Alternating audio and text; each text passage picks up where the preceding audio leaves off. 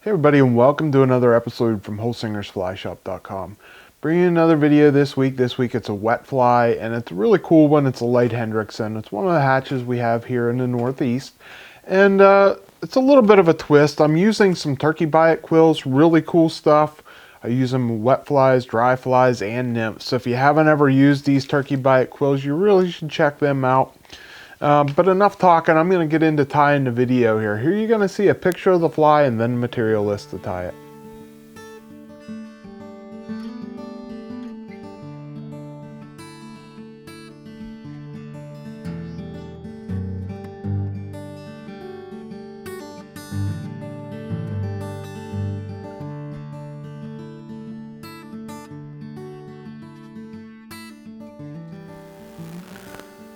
Alright, here you see the Light Hendrickson in the vise.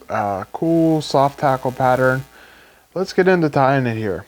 For a hook, we're going to use a fire hole. This is a 609 in a size 14. I would tie it anywhere in the 16 to 12 range. And for thread, we're using some fluorescent shell pink. This is 70 denier UTC. Just going to start that on there in the middle and wrap it back towards the bend of the hook. And then cut our butt section off. Next thing we're going to put on is the tail. For the tail, I'm using a Dunkellert hen hackle.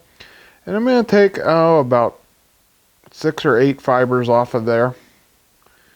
And pinch them by the butt section. And the length of my tail, I want to be about the same length as the hook gap. So I don't want too big of a tail here. I don't want it to be overpowering. That might be a hair long. We're going to shorten it up just a little. I like that. And I'm just going to wrap that right back to the bend. And then I'm going to come in and just wrap that down to the body. You can afford to build up just a little bit here because the biot doesn't really add anything body-wise. Next thing I'm going to add is a little bit of extra small copper wire. You can forgo this piece if you want to put a little bit of super glue on your hook. But this I use to protect the biot here in a second. So just going to tie this on the side, wrap it back there, and then get it back out of the way until I'm ready for it. Next thing I'm going to use is a turkey biot quill. And this one is dark tan as the color for this Hendrickson, this Light Hendrickson. And I'm going to cut the tip section off so I get back into a little bit meatier section. And I'm going to tie it down on the side. Now, as I tie this down, make a couple tighter wraps to start, and as I get back there to that tail, I'm going to loosen up my wraps. If I make that too tight, it just cuts it off. It's a pretty fragile thing to work with. It takes a little bit of practice, but once you do a couple of them, you'll figure it out. Now, I'm going to start wrapping this on, and I like to start wrapping it on by hand and get like the first wrap or two on by hand, because doing it by hand, I can control the tension a little bit better. Then I'm going to take my hackle pliers and pinch my hackle pliers onto it and go the rest of the way up. I tend to snap it off in my first 1 or 2 wraps a lot less if I do it by hand rather than trying to start out with the hackle pliers.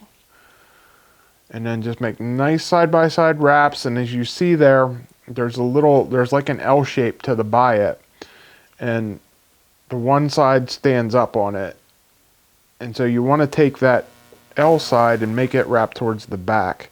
If you're going the wrong direction and it's wrapping towards the front, just counter wrap it, and you can either take it off, flip it over, or you can counter wrap it and go the other way with it and it'll move to the back. Then we're just going to take this extra small copper wire and rivet up there, and that's going to act like super glue. It's just going to protect it and not let it get tore up. So we'll just helicopter that off. And then we're going to add a little bit of dubbing. We're going to add a little bit of Nature Spirit, extremely fine natural dubbing. This is Hendrickson, and I'm going real light on this. And I just want to make a little bulb right there. A little bit too much. I'm talking really, really light. Just a tiny little bit here. I just want to make a bulb here just to stand my hackle up whenever I wrap my hackle on. So just make a little collar there to pop my hackle out. Then we're going to take another piece of done hen hackle here.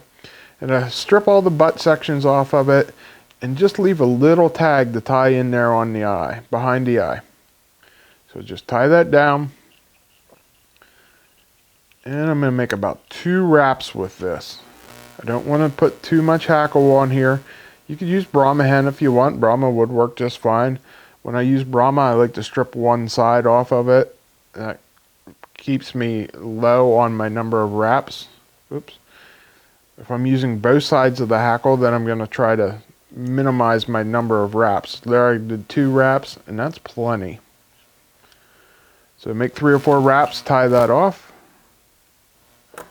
And then I'm going to take my fingers and just stroke all these fibers backwards and then tie back behind that eye there to get them all going the direction I want.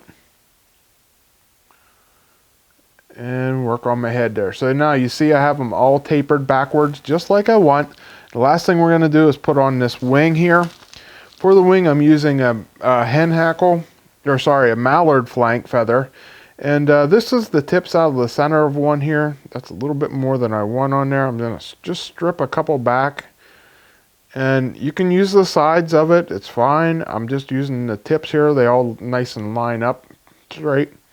So I just want to take and pinch them all together. Make a nice little clump. And then we're going to set them right on top. And I want this wing to go just past my hen hackle. If your hen hackle's going the right length. I don't want it to go like past the body. That's where I want it to cut off at there. The length of the body is pretty good. So just set them on top. Make 1 or 2 softer wraps to make sure I like where they're at. And then tighten her down a little bit. And then we'll trim them off. And then finish off our head. And we're done here. So let's whip finish. Oops.